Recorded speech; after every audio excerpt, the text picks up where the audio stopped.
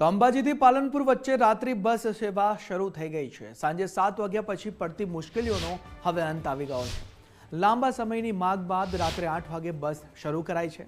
અંબાજી આરતી બાદ યાત્રિકો પાલનપુર જઈ શકશે। મોંઘા ખાનગી વાહનોના ખર્ચમાંથી મુસાફરોને હવે રાહત મળી છે। દર્શનાર્થીઓ અને ગ્રામ્ય વિસ્તારના લોકોને આનો ફાયદો થશે। બસ શરૂ થતાં યાત્રિકોએ જય અંબેનો નાદ કર્યો। અંબાજી માતાની આરતી 7 વાગે જેવી થતી હતી, તો એના પછી કોઈ બહાર જવા માટે, પાલનપુર બાજુ જવા માટે બસ નહોતી। તો જે હવેથી ચાલુ થઈ આજથી, તો અમારે રાત્રે આવવા જવામાં બી અહીંયા રોકાવામાં તકલીફ પડતી હતી। જે હાલથી હવે બસ ચાલુ થઈ એના માટે તો હવેથી તકલીફ નહીં પડે।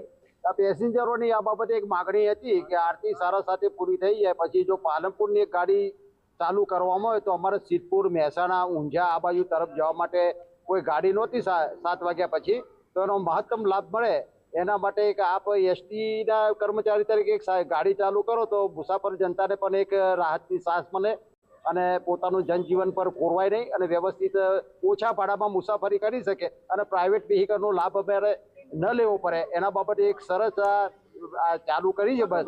તો જેટલા બને એટલા મુસાફરો આનો લાભ લે